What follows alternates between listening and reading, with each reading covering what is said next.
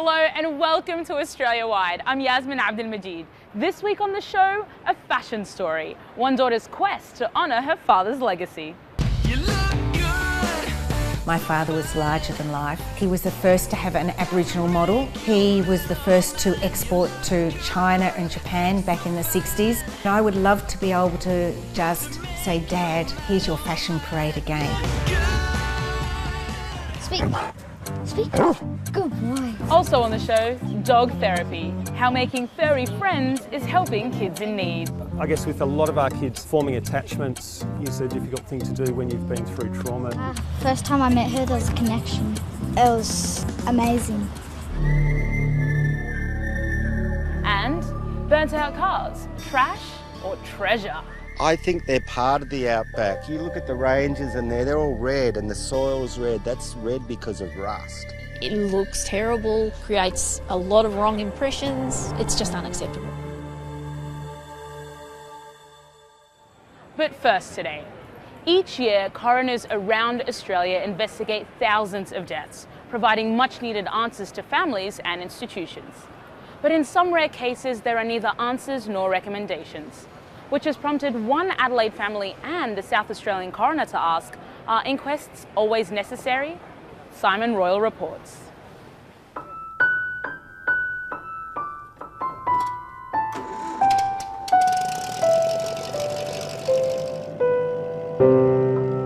We always liked the wine industry, Kay and I. The opportunity came up to buy the land, and one thing led to another, and 40 years later we're growing grapes for a couple of good wineries. It's the family home. Don McMillan trained as an accountant. It's still his main job, but grapes are much more engaging than graphs, and so this place is his love. It was a shared love, though not now. In early 2013, Don McMillan's wife, Kay, died.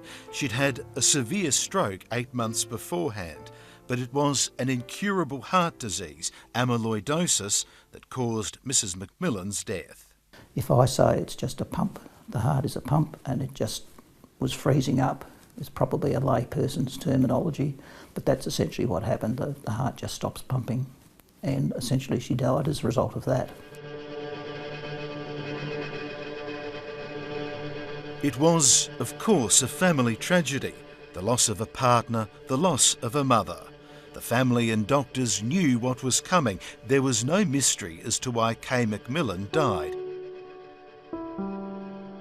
No fault in the care she received, save for one decision. It didn't cause or hasten her death, but it turned Kay McMillan's passing from a private family matter into a public coronial inquiry.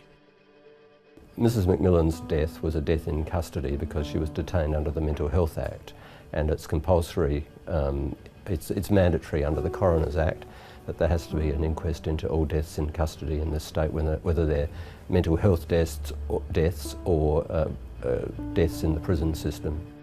We were trying to organise things, and all of a sudden the funeral home tells us that Flinders Medical Centre no longer have her body. She's under the control of the Coroner's Act. It was a term at that stage we didn't understand, a death in custody.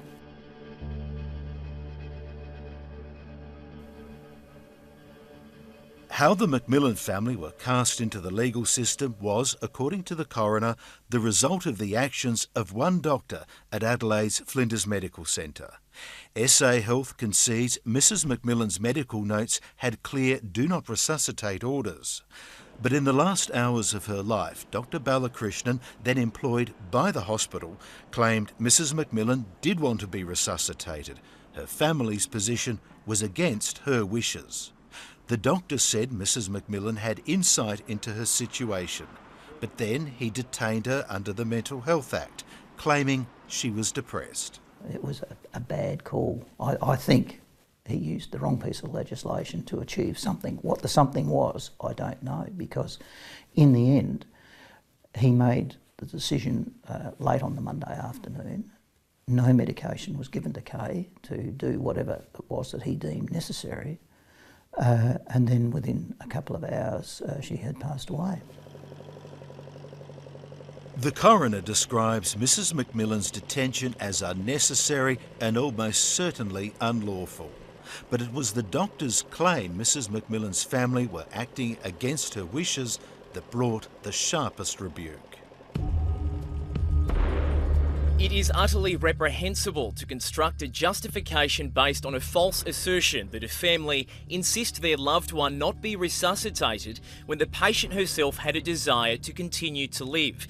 The only explanation that presents itself to my mind is that Dr. Balakrishnan was attempting to fabricate an explanation for his erroneous decision. Kay McMillan's case speaks to a wider issue about how well or not we handle end-of-life conversations between families and professionals. Ian Maddox held the world's first professorship of palliative care. First in the world? Yes, we were the first in the world, in Flinders University, yes. Professor Maddox says those conversations affect not only how the dying die, but how the living grieve. In palliative care, we aim to see that people see through the death into the bereavement period as smoothly as possible, because it's a very difficult time. It's a time of great loss and often great sadness, and people need the best support they can get. Now, if the whole thing is cut through and delayed by referral to the coroner, it's often very much more difficult for them. As a family, as a society, we're not taught how to handle death at all very well. And Kay's situation is a classic. The hospital told the ABC Mrs McMillan's care did not meet expectations. Dr. Balakrishnan provided a statement to the inquest, but not evidence in person, having moved overseas. The McMillans' long journey through the legal system formally ends when the coroner's report is tabled in Parliament. But there won't be any recommendations for the members here to ponder. The coroner didn't make any, saying there's nothing that can prevent a repetition in the future of unpredictable behaviour by a doctor. But there is one thing both the coroner and Don McMillan would like to see: some flexibility in the law that made this inquest mandatory.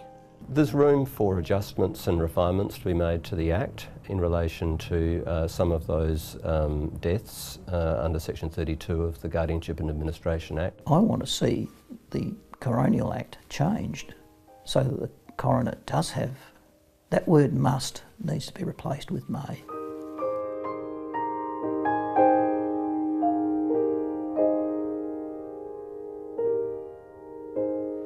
Simon Royal in Adelaide.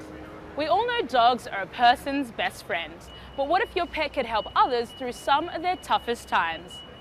Volunteers in Western Sydney offer an unusual form of therapy, taking their dogs to nursing homes and hospitals. And now they're reaching out to a new group of people in need, making a difference to kids from troubled backgrounds. Jade McMillan reports.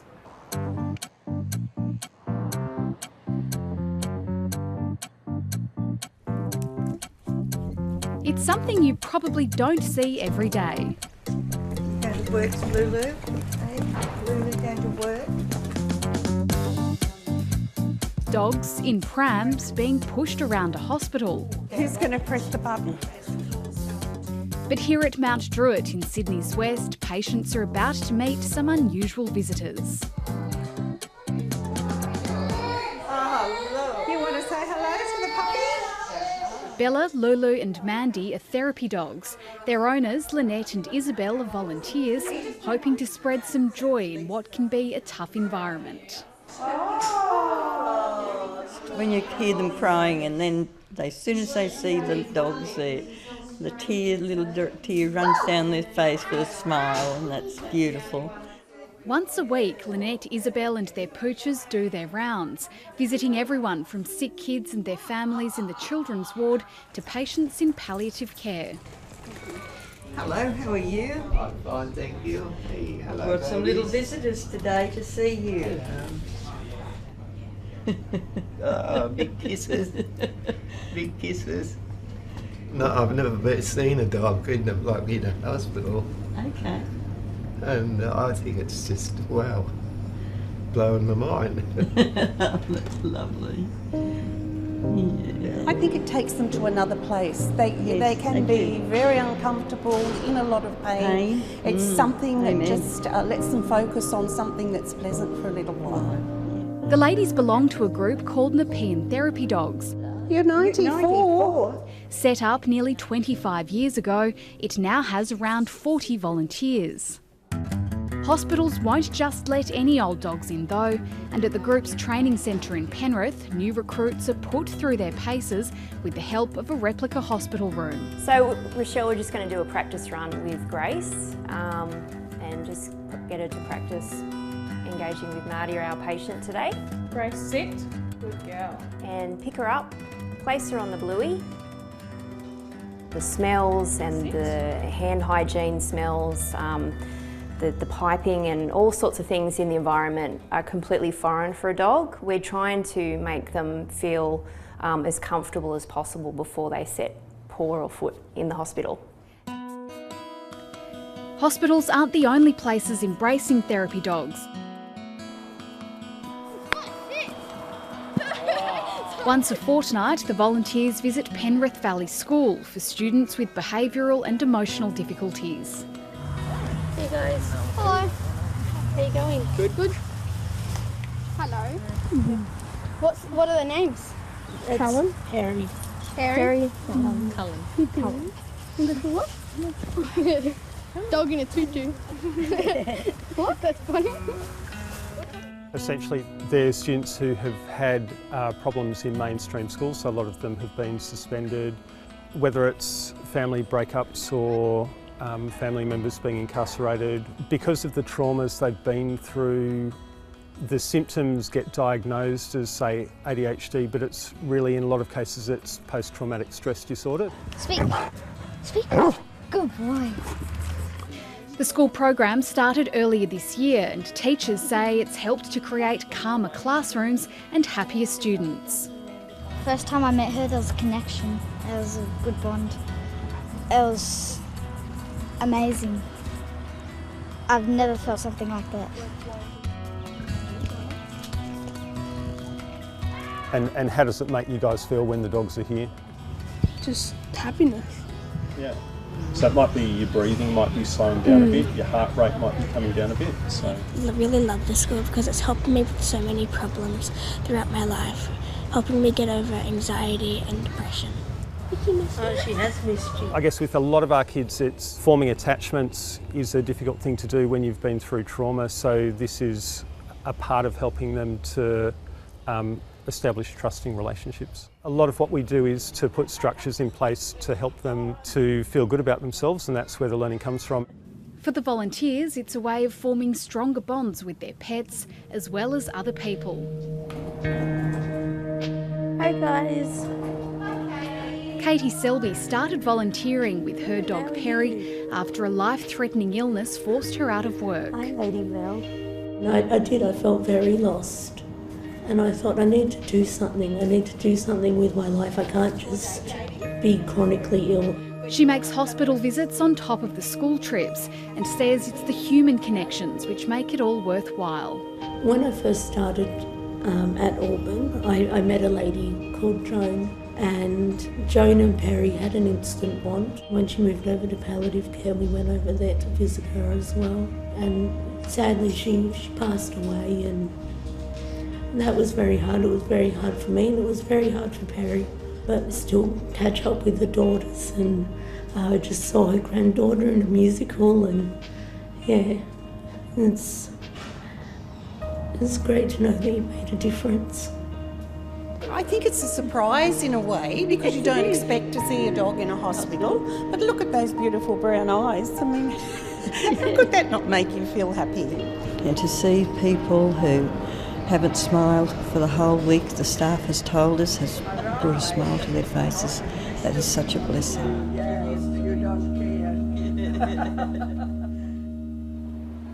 Jade McMillan reporting. For nearly half a century, he made his mark on the way Australian women dress. But the charismatic Simon Scheinberg's designer labels have largely been forgotten. Now, his daughter is on a national search for vintage Mr. Simon creations for a new generation to enjoy. Josie Taylor reports.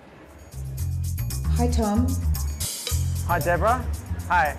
I've found another genuine Mr. Simon dress. It looks in relatively good condition. I think it's a goer, this one. I'm going to go check it out and hopefully, fingers crossed, something might turn up. So I'll definitely need as much luck as possible, so if all goes well, we should have another couple of pieces. Simon Scheinberg's daughter and this self-described fashion history enthusiast are on a mission. Hi Tom, how are you? Welcome to our shop. Thank you very much. They're liberating Simon Scheinberg's designs from op shops and wardrobes around Australia. They've just come through because we've got some things for you that we put aside and we thought... I'm really excited. Oh, well, I'm hoping you will be. Yeah. I mean, this is just gorgeous, this. Isn't that sweet? Yeah. So that's Jaguar. Jaguar, yes. So we need a Reynolds and Jaguar from Toorak. I guess we're in the right era for Mr. Simon. Yeah. But there's no luck today.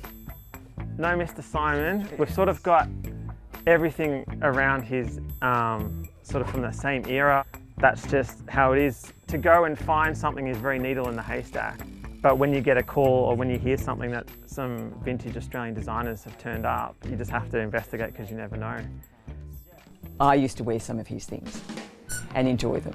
That's what I would say is popular everyday wear. I think it was affordable for a lot of people. And, you know, a lot of these people, what was the backbone of the manufacturing fashion industry in Australia? I was very silly, if I can say that my father only passed away 4 years ago, and my husband always said to me, document your father's history, and I always thought my father was larger than life and my father would live forever. When Australian fashion was a thriving part of the manufacturing industry, Simon Scheinberg was a big name.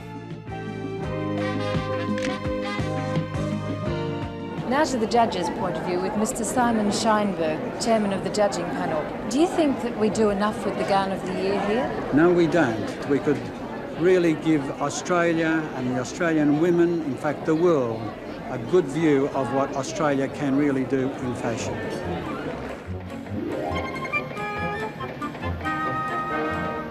Simon Scheinberg began his fashion career in the 1940s on Melbourne's famous Chapel Street. In the 50s, he launched his label, Shireen Creations. He dressed star Sabrina for her Australian tour. And what will you be doing out here? Sure, of course. But his best-known label was the popular Mr. Simon. It graced Australian women as silhouettes and society changed through the 60s, 70s and 80s. He made some amazing clothes and, yeah, just an amazing man. A man who loved publicity. In 1964, the designer escorted models in pantsuits to nightclubs around the country when that wasn't the done thing. And it wasn't until a nightclub in Adelaide that they allowed the models in their front door. Deborah Lee Daskell worked alongside her father in the family business. He was the first to have an Aboriginal model work for him as a house model. He was the first to export to China and Japan back in the 60s. When the Beatles came to Australia, he could see another opening, so what he did was create a line of the Beatles dresses. That's it, looking down your nose at me, perfect, you nailed it. Now the infamous pantsuit and dozens of other Simon Scheinberg designs are coming back to life. Deborah Lee Daskell and Tom McAvoy are preparing a retrospective catwalk show for next year's Melbourne Fashion Week. I would love to be able to just say, Dad, here's your fashion parade again, here's your stage again. That's good, perfect. That's it. Awesome. I do have memories, but you had the long blonde hair. Long blonde hair in those days. Roma Souza was a Mr. Simon house model in the early 80s. I've gone two sizes larger now, but yeah, it was, I think I was a 10 then, which I think now is considered a 6. She's donated some of her own dresses to help celebrate Simon Scheinberg's work. I think it's great because there are many designers back then. I mean, we remember some of the bigger ones like Prue Acton, but some of the other ones, they've just kind of been forgotten, and it's a shame because they were, I think they're very important to our fashion industry. So what have we got here? Photographer Tom McAvoy is an avid collector and documenter of Australian fashion history. All this was sort of made by people who loved what they did, and it wasn't like they're enslaved to a system of, you know, the fast fashion industry in the world.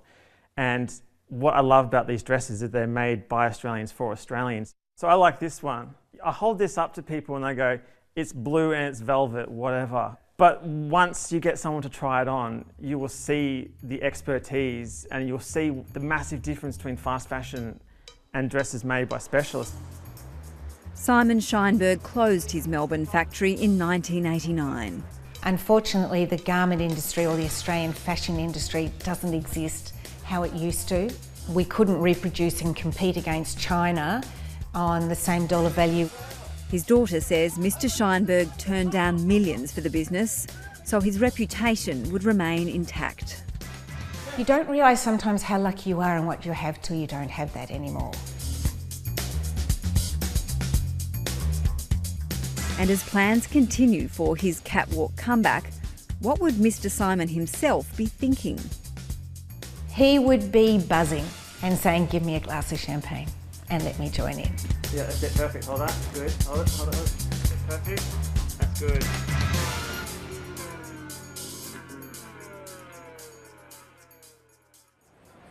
Josie Taylor reporting. Central Australia's long stretches of outback road are well known for their red dirt and spin effects, and the occasional roo. But now another spectacle is becoming increasingly common: burnt out cars on the side of the road. So are these car carcasses ruining the scenery or simply part of the landscape?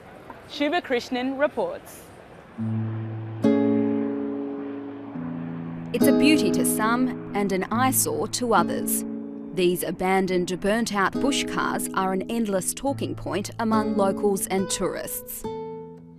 I think they're part of the outback. You know, all the outback, you look at the ranges and they're all red and the soil's red. That's red because of rust. It looks terrible, creates a lot of wrong impressions, and generally it's just unacceptable. Sheila O'Brien manages Glen Helen Resort, about 130 kilometres from Alice Springs. Many tourists stop off here on their way to Kings Canyon or Uluru. It isn't just a little bush road used by locals. Our routes are major tourist routes, not only domestic but international. Ms O'Brien has been running Glen Helen for more than 10 years and says she's constantly fielding questions from concerned tourists. So they're worried about if their car breaks down, is it safe? Will someone break into it? Will someone burn it? If I stop my car and go for a little walk off the side of the road, am I safe? So it's hard for them to understand. Tim Blacker is in charge of removing abandoned vehicles in Central Australia. He says by law the government must leave enough time for the owners to collect their vehicles. There's a legislation, Traffic Act Regulation number 5, when it comes to abandoned vehicles, as to what we can and can't do regarding when someone leaves a vehicle on the side of the road. Have to remember that there are many reasons why a vehicle might be left on the side of the road: run out of gas, empty battery, flat tyre, so on. So because of that, we obviously need to give the owners plenty of time to be able to collect their vehicle. But Sheila O'Brien says she's seen up to 10 vehicles at one time sitting on the side of the road for months on end. There were 3 within a space of 10 or 15 kilometres of each other, which just stayed there far too long. We contacted people to try and see that something got done about them, and a fair few excuses were made about it. There's a multitude of reasons as to why cars might be left for a long time. Some of those reasons include that partial land access. If the Northern Territory Government doesn't own the land that the car is on, we don't have ability to access that land. It is actually illegal for us to access that land without permission to go and collect the car. Some other issues are cost-wise. I mean, if the car has been there for 70 years and it's burnt out and someone's only noticed it now, it's going to cost a lot of money to retrieve a car that isn't doing anything detrimental to the area. He says the department encourages the public to report abandoned vehicles. Please be patient with us. There are a lot of times, there are reasons sometimes that a car might be there that we can't collect it. However, still, if you see that and you see that, let us know and we'll see what we can do to go and collect that car. However, many people in Central Australia would rather the cars remain where they are, like Alice Springs-based artist Dan Murphy. So I first started making stuff mainly out of old fencing wire and corrugated iron. But I moved to a little town on the Western Australian border years ago, and there wasn't any of that material there, but there was heaps of wrecked old cars, and so I started using those, and that was so much more fun because there was more colour and more patina and just much more interesting material to work with. This is made from a car bonnet that I found down at the clay pans just down the road a bit. Mr Murphy uses scrap metal for his artworks. It's a passion for the vintage car tragic. He's collected over 50 car bonnets to create his fence. It's been left to rust and rot in the desert, and it's been burnt, and the paint's peeled a little bit, and there's all this pattern, and you can look at that and it looks like the desert, you know. It's got the same texture and feel and colour, and they're beautiful. He says burnt-out bush cars have become a much-loved part of the Central Australian scenery. And these cars, they've helped all of us white fellas anyway get up here, and they're just turning back into the desert, becoming rust again. They're part of the story of this place.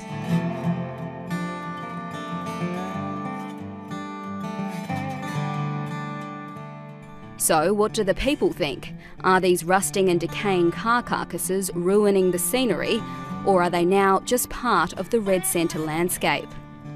They should be left where they are. They did their journeys a long time ago. If they could have moved any further, they would have been moved, but leave them there. Yeah, I like them, and I think they give it's a bit more of a stylistic look in some scenarios. I'm not sure now being questioned about it if it's actually, maybe it's bad for the environment or something, I don't know. I just think it's sad, yeah. Yeah, you wonder why, why it's there, the reason why, but yeah, no, it's just sad, yeah. For me, it's very original. Yes, I like the old car. It's beautiful. A form of car sharing, but not everyone's on board.